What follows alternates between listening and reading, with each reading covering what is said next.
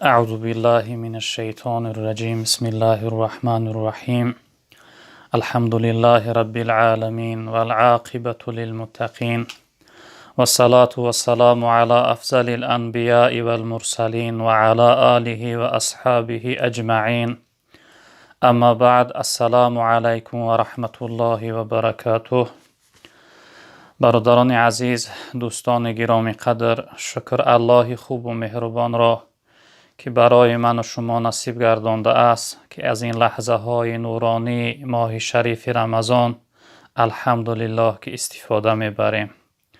این ماه نور و این دهه رحمت را برای همه شما تبریک و مبارک باد میگویم.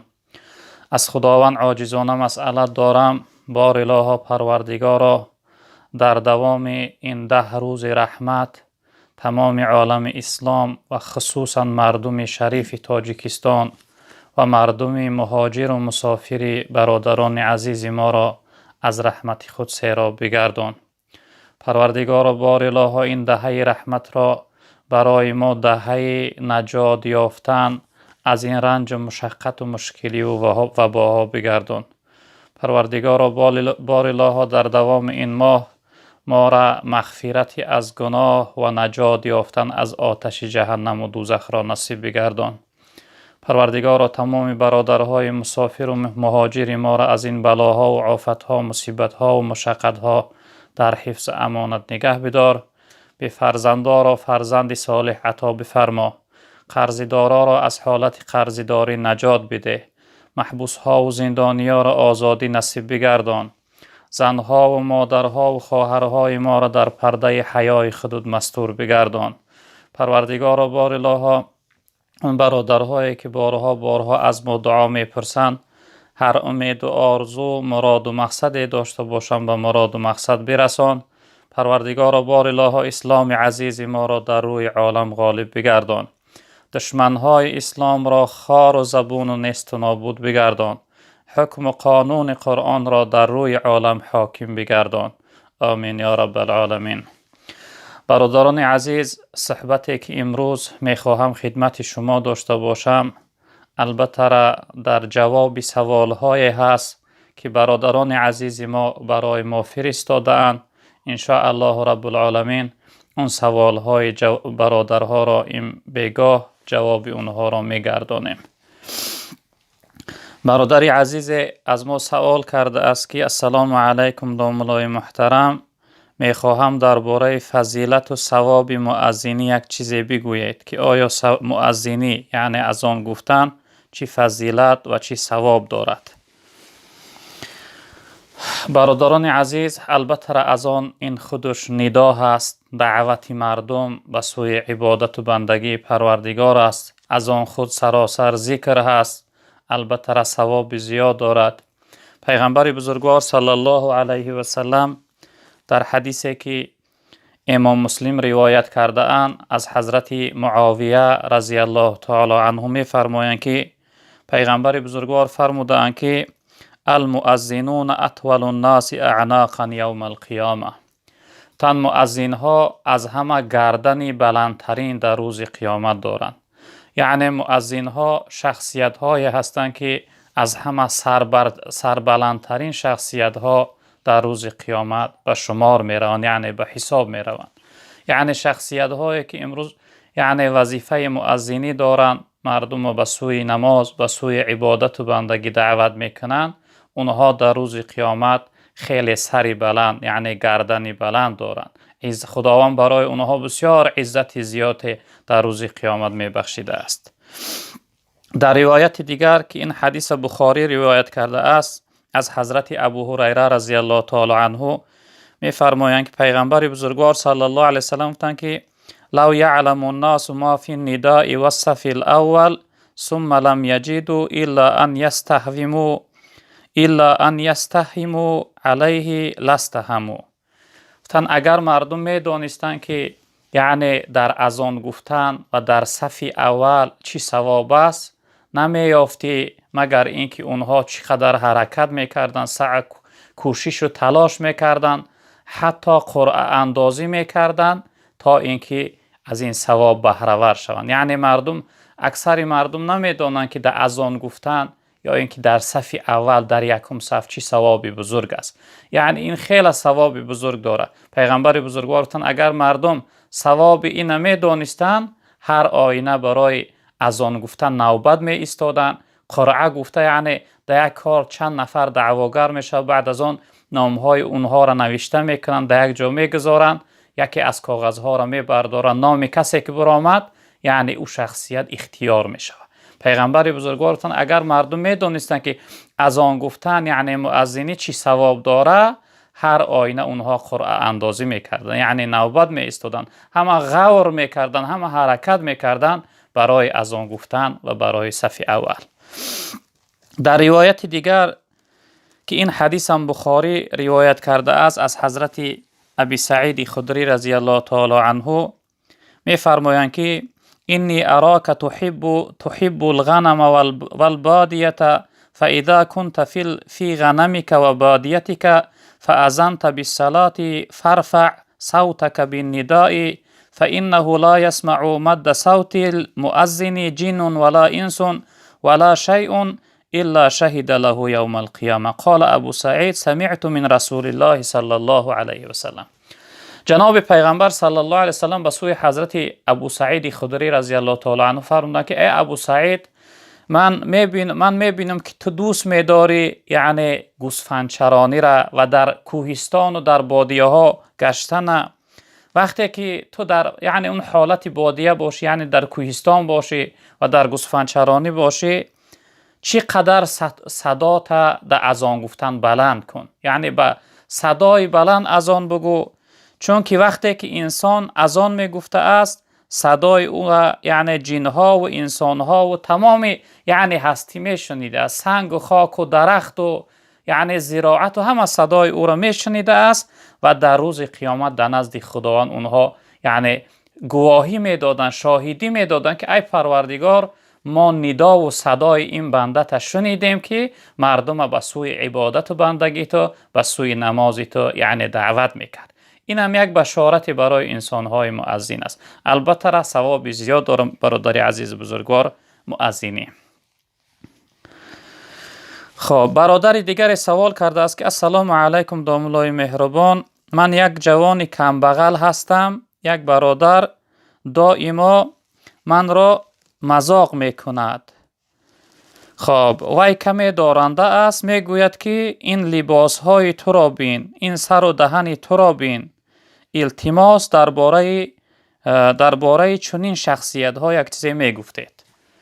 اکنون این برادر عزیزمون شکایت کرده است از یک شخصیتی که یعنی اون گاه گاه مذاق میکرده است، مسخره میکرده است، از روی یعنی لباس های فقیرانه اش، از روی لباس های کم بغلانه اش میفته این لباس های تو را ببین، این سر دهنی تو را ببین.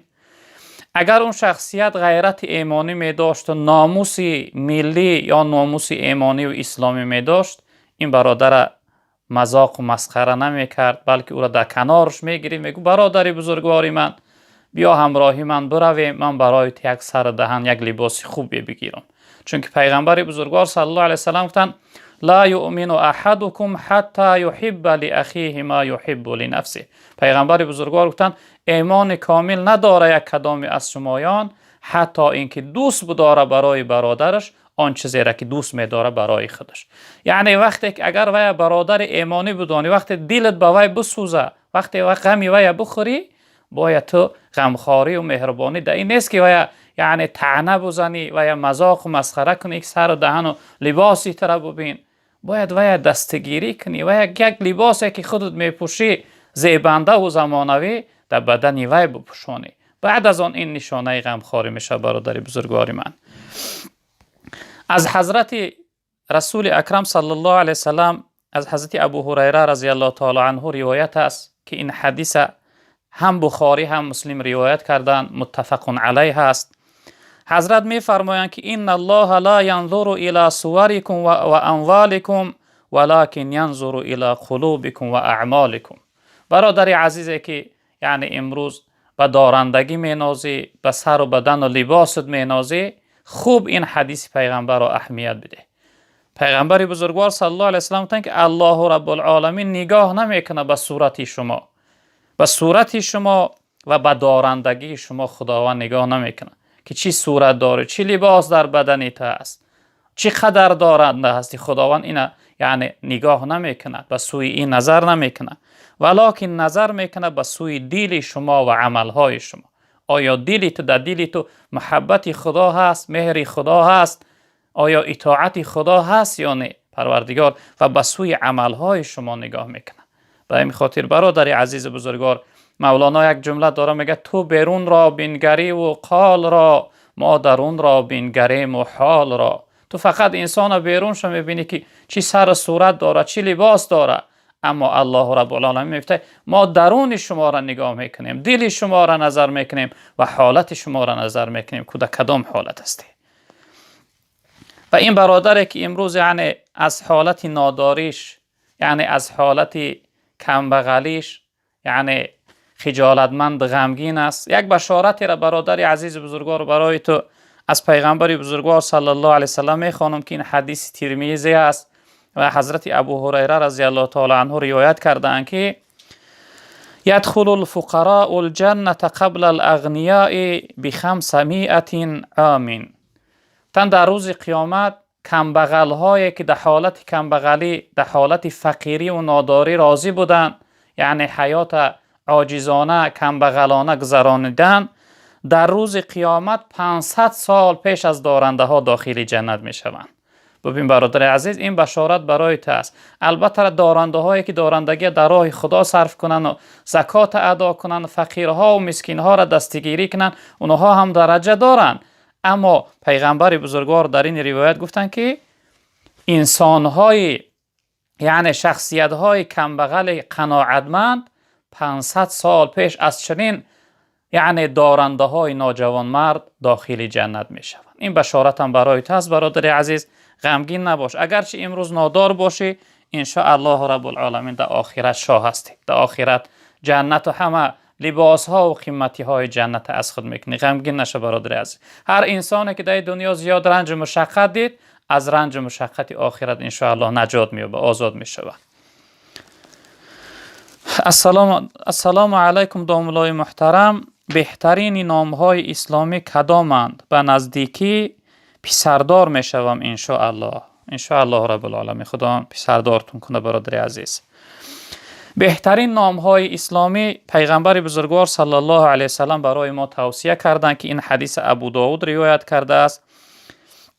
حضرت گفتند که جناب پیغمبر صلی الله علیه و سلم برای ما توصیه کردند که سموا باسماء الانبیاء و احب الاسماء الی الله عبدالله و عبدالرحمن و اصدقها حارس و همام و اقبحها حرب و مرتون.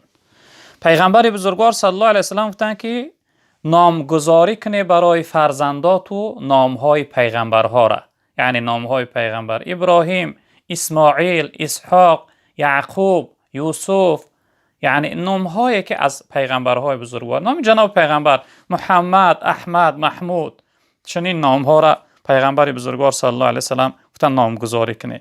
و دوست داشته ترین نام ها در نزد خداوند عبدالله و عبدالرحمن است، پیغمبر بزرگوار گفتن. و صادق ترین نام ها حارس و همام است و بدترین نام ها حرب و مره است. حربش یعنی به زبان تاجیکی بگیم جنگی می شود و مرش تلخک. یعنی این دو نام پیغمبر بزرگوار صلی الله علیه و سلم گفتن که بدترین نام ها است. کدام نامی که خودت اختیار میکنی همراه کهلان محترمه البته را انتخاب کنه، نام های پیغمبرها را. بهتر می شود که اگر نام محمد در نزدیک ها تو نداشته باشه، نام جناب پیغمبر صلی الله علیه و سلم محمد تنها نه، محمد جان نام گذاره، ان شاء الله بهترین می شود. در روایت دیگر که این حدیث مسلم است که پیغمبر بزرگوار صلی الله علیه و سلم گفتند که ان احب الاسماء الی الله عبدالله و عبدالرحمن. دوست داشترین نام ها در نزد خداوند عبدالله و عبدالرحمن است. خب برادر دیگر سوال کرده است که من بسیاری وقتها غضبناک می شوم و خود را به دست گرفته نمی توانم. آیا این گناه است؟ البته برادر عزیز بزرگوار، انسان وقتی که غضبناک شود و خود را به دست گرفته نتواند، سخنهای قبیح گوید، دشنام کنه، شخصیتی را آزار دهه، البته این عملها، این گفتارها گناه هستند. اما پیغمبر بزرگوار صلی الله علیه و سلم برای ما یعنی توصیه دادن، برای ما نصیحت کردن که انسان وقتی غضبش آمد باید که چی کار کند. در روایتی که این حدیث حضرت امام احمد و ابو داود روایت کردن، پیغمبر بزرگوار صلی الله علیه وسلم از حضرت سعد، پیغمبر بزرگوار صلی الله علیه وسلم میفرمایند که ان الغضب من الشیطان و ان الشیطان خلق من نار و انما تطفأ النار بالماء فاذا غضبت احدكم فلیتوضأ. جناب پیغمبر صلی الله علیه وسلم گفتند غضب از جانب شیطان است. وقتی که انسان در غضب می آمده است، شیطان در درون دل وی وسواس میکرده است، چقدر یعنی خون او انسان تیز یعنی در حرکت می در آورده است، او را حرارت بلند میکرده است. جناب پیغمبر غضبناکی از حساب شیطان است. گفتند شیطان خداوند از آتش خلق کرده است. جناب پیغمبر صلی الله علیه وسلم گفتند و آتش به آب خاموش می شود، یعنی آتش وقتی آب در بالاش ریختی خاموش می شود. جناب پیغمبر گفتند بس هر وقتا یک کدام از شما غضبناک شید، در حال طهارت کنه، در حال طهارت کنه. طهارت یعنی غضب وی پست میکنه، غضب وی طهارت کردن سست میکنه. در روایت دیگر پیغمبر بزرگوار صلی الله علیه وسلم فرمودند که اذا غضب احدكم وهو قائم فليجلس و اذا ذهب عنه الغضب و الا فلیستجع. وقتی یک کدام از شما غضبناک شده، یعنی غضبگین شده شما، جناب پیغمبر صلی الله علیه وسلم در حال در جای خود بشینه. البته انسان وقتی که غضبناک شد در جا ایستاده نمیتونه، بعد از اون یا یگان جو شتم میزنه یا اینکه رفته و آمدن میگیره یا اینکه دیگه اعضاهاش یعنی بی خود میشود. جناب پیغمبر گفتند که در این حالت ممکنه که انسان سکته دل شود، ممکن که فشارش بلند شود، یعنی دولین ویزنه، دیرش از کار بمانه. به همین خاطر جناب پیغمبر گفتند وقتی شما غضبناک شده در حال در جای خود بشینه. اگر در حالت نشستن غضب شما آرام نگرفت، شما یعنی دراز کشه، مثل خواب رفتن خواب کنه. جناب پیغمبر صلی الله علیه و سلم گفتند این توصیه را برای ما کردن. شخصیت از پیغمبر بزرگوار صلی الله علیه و سلم پرسیدند که این حدیث بخاری هست، از حضرت ابو هریره رضی الله تعالی عنه روایت شده که ان رجلا قال للنبی صلی الله علیه و سلم اوصینی. شخصیت از پیغمبر بزرگوار صلی الله علیه و سلم گفتند یا رسول الله من نصیحت کن، برای من نصیحت کن. قال رسول الله صلی الله علیه و سلم لا تغضب. جناب پیغمبر گفتند که غضب نکو. خب فردت مرارا قال لا تغضب. چند بار میگه این جمله را جناب پیغمبر صلی الله علیه و سلم برای من تکرار کرد، چند بار به سوی من تکرار کرد که یعنی غضب نکن، غضب نکن، غضب نکن. یعنی توصیه جناب پیغمبر، وصیتش برای من این بار. و این چنین از حضرت ابو هریره رضی الله تعالی عنه که این حدیث هم بخاری هم مسلم روایت کردن که حدیث متفق علیه است. جناب پیغمبر صلی الله علیه و سلم فرمودند که لیس الشدید بسرعت انما الشدید الذی یملک نفسه عند الغضب. گفتند پهلوانی این در برداشتن یک حریف و یعنی در زمین به پشت زدن حریف نیست. یعنی پهلوان او شخصیتی نیست که حریف خود می برداره و در زمین میزنه. جناب پیغمبر گفتند پهلوانی حقیقی شخصیتی است که در حالت غضبناکیش خودش به دست میگیره. در حالتی که غضب به بالای اون آمد، یعنی نفسی خودش، خواهشی خودش در زمین میزنه، یعنی پایمال میکنه، نمیگذاره که معصیت و گناه کنه. یعنی پهلوانی واقعی شخصیتی است که در حالت غضب پیغمبر بزرگوار صلی الله علیه و سلم گفتند خودشون به دست میگیرن. خب برادری دیگر سوال کرده است که السلام علیکم داملای محترم، درباره شخصیت هایی که امروز مردم مهاجر را یاردم میکنند در کرانتین یک چیزی میگفتید. البته این حق ایمانداری هست که شخصیت مؤمن و مسلمان باید در غم و شادی برادرش یعنی شریک باشه. در حالتی میبینه که یک برادرش به زانو زده است، البته باید که دستگیری کنه، هر چیزی که از دستش میآید این حق ایمانداری است. و چنین شخصیت هایی که یعنی امروز همچون حضرت عثمان رضی الله تعالی عنه بر این یعنی همت و غیرت بلند میکنن و شخصیت های محتاج دستگیری میکنن، ان شاء الله رب العالمین اینها اجر ثواب زیاد میگیرند. در روایت ها میگذرد که در دور یعنی خلافت حضرت ابوبکر رضی الله تعالی عنه قحطی آمد، به حالت رسید که مردم دیگه خوراکه یک روزه نداشتن. حضرت همون شب و روز میگه حضرت عثمان 70 اشتر یعنی از مویز تا خرما تا گندم به مدینه را بارهاش آمدن. حضرت عثمان خودش مردی سوداگر بودن. بعد از اون انسانهای یعنی سوداگر و تجارتکار آمدن، چقدر قیمت کردن بارهای حضرت عثمان، گفتن به دیگر کس نفروش، ما میخریم و نرخ قیمت میفروشیم. حضرت عثمان راضی نشدن.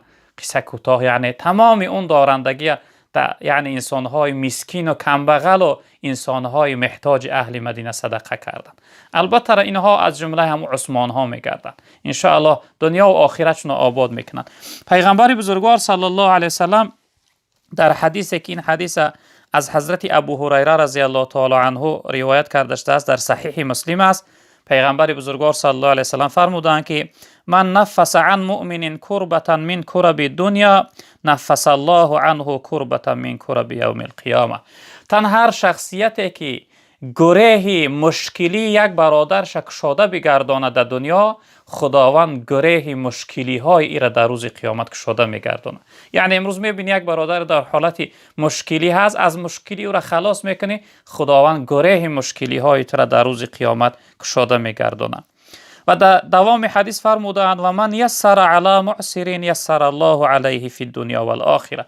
هر انسانی که یعنی آسانی و سبکی میاره با بالای شخصیتی را که در بالاش یعنی وزوینی آمده است، خداوند تمام وزوینی های روز قیامت برای انسان آسان میگرداند. و من ستر مسلما ستر الله فی الدنیا و الاخره. هر انسانی که عیب و کمبودی یک برادر مسلمان شده دنیا ستر میکنه، میپوشانه، آشکار نمیکنه، خداوند عیب و کمبودی ای را در روز قیامت یعنی ستر میکنه. و در آخر حدیث پیغمبر بزرگوار گفتن و الله فی عون العبد ما کان العبد فی عون اخیه. گفتن الله رب العالمین در یعنی مدد و یاردم و دستگیری هم شخصیتی است که او در یاردم و دستگیری برادر مؤمنش است. ان شاء الله این برادرهایی که امروز کمر همت بستن، غیرت بلند کردن و انسانهای محتاج دستگیری میکنن، ان شاء الله رب العالمین الله اونها را مدد میکنه، برکت در حیاتشون میاره، برکت در مالشون میاره. و یک چیز دیگر هم جای گفتار است بگویم که بعض شخصیت های یعنی بی ایمان هم گویم غلط نمیکنیم، خطا نمیکنیم، بعض شخصیت های حرامخوری بودن که به نام مهاجرها گفته یعنی در این شبکه های اجتماعی سعی توی کردن و از مردم یعنی سوم جمع میکردن. شخصیت این سخن برای من رسانید. از خدا خیلی بترسید برادر عزیز، والله قسم این کارتون برای شما حرام است.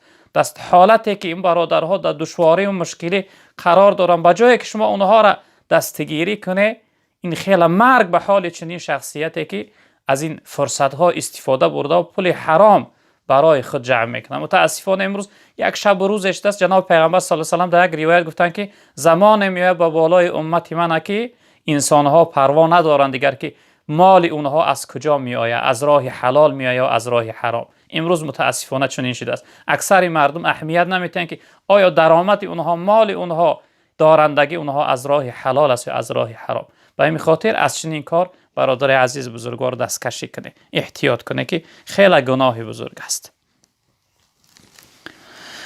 خب برادر عزیز دیگر سوال کرده است که درباره دروغ گفتن یک چیزی میگفتید. امروزها دروغ گفتن در جامعه زیاد شده است. بله برادر عزیز بزرگوار، امروز دروغ گفتن خیلی در جامعه زیاد است. از صنف بالا اگر نگاه کنیم، اهل علم ها تا سردارها تا عامه تا دارنده ها و انسان های کلانزاده یعنی کلمه های دروغ گفتن، یعنی کلمه های کذب و دروغ استفاده میبرند. دروغ گفتن در شریعت اسلام حکمش حرام است. دروغ از جمله گناه های کبیره است که پیغمبر بزرگوار در روایتی که این حدیث امام بخاری روایت کرده است از حضرت ابوبکر، پیغمبر بزرگوار صلی الله علیه و سلم فرمودند که الا انبئکم باکبر الکبائر. گفتن آیا من شما را آگاه نکنم، خبردار نکنم به گناهی که از همه گناههای کلان است، به بزرگترین کلانترین گناه ها من شما را آگاه و خبردار نکنم؟ قلنا بلا یا رسول الله. میگه گفتیم اهل اصحاب که بله یا رسول الله، ما را خبر که از همه گناه بزرگ چی هست؟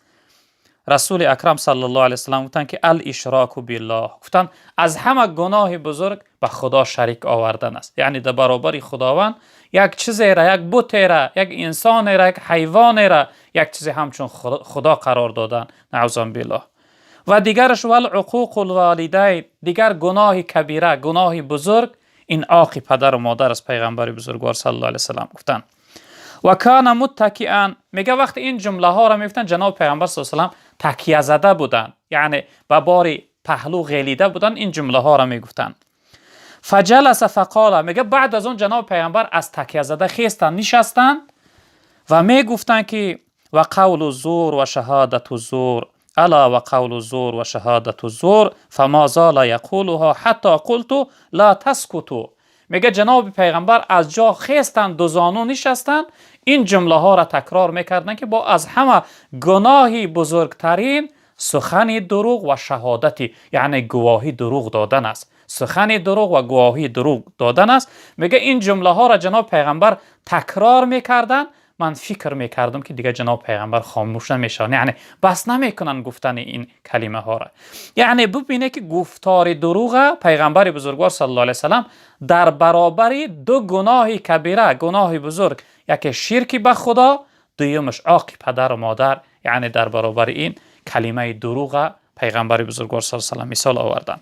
و دروغ گفتن این خودش یک نشانه منافقی است، یکی از خصلت‌های منافقی که این حدیث هم بخاری هم مسلم روایت کردند از حضرت ابو هریره رضی الله تعالی عنه. جناب پیغمبر صلی الله علیه و سلم گفتند که آیت المنافق ثلاث، گفتن منافق سه نشانه داره. اذا حدث کذب، گفتن وقتی که گپ زد دروغ میگوید. و اذا وعد اخلف، وقتی وعده کرد وعده را خلاف میکند. و اذا اؤتمن خان، وقتی امانت گرفت امانت خیانت میکنه. یعنی که انسانی که این یعنی نشانه و فعل دروغگویی داشته باشه، فهمیده میشه که او شخصیت یک خصلت، یک نشانه از منافقی داره. خیلی این گناه بزرگ است برادر عزیز بزرگوار. حتی در حدیثی که روزهای گذشته هم گفتیم که این ضرر برای انسان روزدار داره، پیغمبر بزرگوار گفتن من لم یدع قول الزور والعمل به فلیس لله حاجة بان یدع طعامه و شرابه.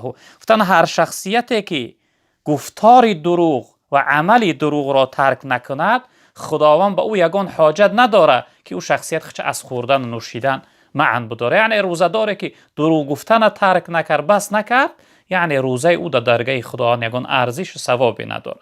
به همین خاطر برادر عزیز بزرگوار، دروغ گفتن خیلی گناه بزرگ است. از این گناه حرکت کنه و خودداری کنه.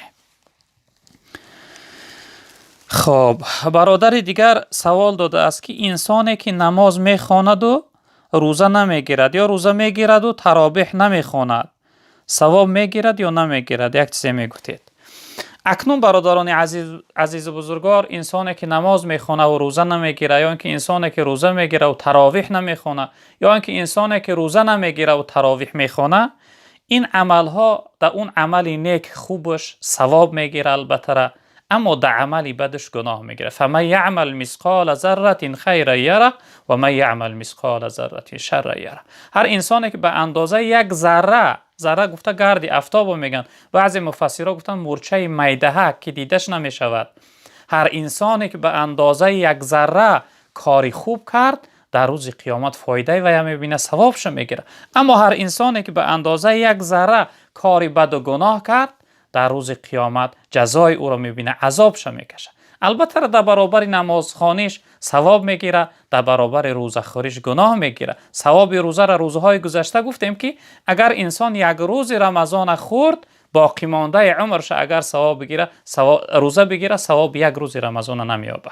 یعنی چنین ثوابی بود، از این ثواب خودش محروم کرده است. اما انسانی که نماز خواند و روزه گرفت و تراویح نخواند، از ثواب قیام لیل که پیغمبر بزرگوار صلی الله علیه و سلم گفتن کسی شب زنده داری کنه، شبهای رمضان خداوند گناهاش میبخشه، مغفرت میکنه، از اون ثواب خودش محروم کرده است. از شفاعت پیغمبر خودش محروم کرده است. از شفاعت رمضان و از شفاعت قرآن خودش محروم کرده است. به همین خاطر در برابر نیکی و خوبیش انسان ثواب میگیره، در برابر یعنی گناه و بدیش گناه میگرده قیامت. خب برادری دیگر سوال کرده است که انسانی که علم دارد اما علمش را در مردم نمیرساند، آیا در نزد خداوند جواب میگوید این شخص؟ بله برادر عزیز بزرگوار، انسانی که علم داره، البته حالتی ویش فهمیدن در که به کدوم یعنی خاطر علم شده خلق خدا نمیرسانه. انسانی که علم داره و مردم از او چیزی بپرسن و جواب نگوید، یا اینکه مردم از او خواهند که علم حاصل کنند، این شخصیت علمش در خلق خدا نرسانه، البته این شخصیت گناهگار میشه. خداوند در قرآن میفرماید که ان الله یأمرکم ان تؤدوا الامانات الی اهلها. الله رب العالمین میگه من به سوی شما امر میکنم که امانت به صاحب هاشون برسانه. علم الهی در اهل علم ها، در عالم ها، این امانت پروردگار است و این اهل علم وظیفش است که یعنی که این امانت پروردگار به خلق خدا، به بنده های خدا برسانه. پیغمبر بزرگوار صلی الله علیه و سلم در روایت فرمودند که این حدیث ابو داود و ترمذی روایت کردن از حضرت ابو هریره رضی الله تعالی عنه. جناب پیامبر صلی الله علیه و سلم گفتند که من سئل عن علم فکتمه الجمه الله بلجام من النار یوم القیامه.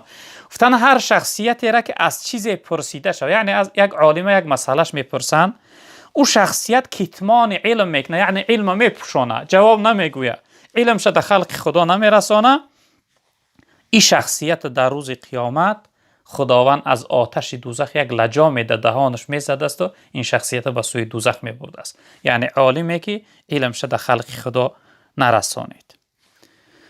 البته در قیامت چنین شخصیت ها جوابگر میشوند. خب برادر دیگر پرسیده است که در طهارت محض سر را فراموش کنی آیا نماز درست می شود؟ محض سر این یکی از جمله های فرض طهارت است برادر عزیز بزرگوار. در طهارت یعنی فرض ها بگیم 4 تا هستند. یکمش شستن رو، دست ها تا آرنج، محض کشیدن سر و شستن پاها تا بجیلک، همراهی بجیلک. آرنج ها هم شستن فرضه. خب مسح سر در مذهب ما، در مذهب حضرت امام اعظم رحمت الله علیه، از 4 حصه یک حصه محض کشیدنش فرض است، همه سر را محض کشیدن سنت است. در مذهب حضرت امام شافعی رحمت الله علیه مقدار 3 موی سر تر شوه فرضش به جا می آید. در مذهب حضرت امام مالک رحمت الله علیه کل سر را یعنی محض کشیدن فرض است. البته وقت انسان محض سر فراموش کرد طهارتش درست نشده است، اگر نماز خوانده باشه نمازش هم درست نمیشه، چون که به ترک فرض عبادت یعنی کامل نمیشه، عبادت بود نمیشه. و انسانی که سر محض نکشیده باشه و یعنی چیکار کرد؟ سر محض نکشید و طهارت به همون طهارت نماز خوان، طهارتش درست نمیشه. چی؟ آخر دعوانا ان الحمد لله رب العالمین و صلی الله علیه و سلم.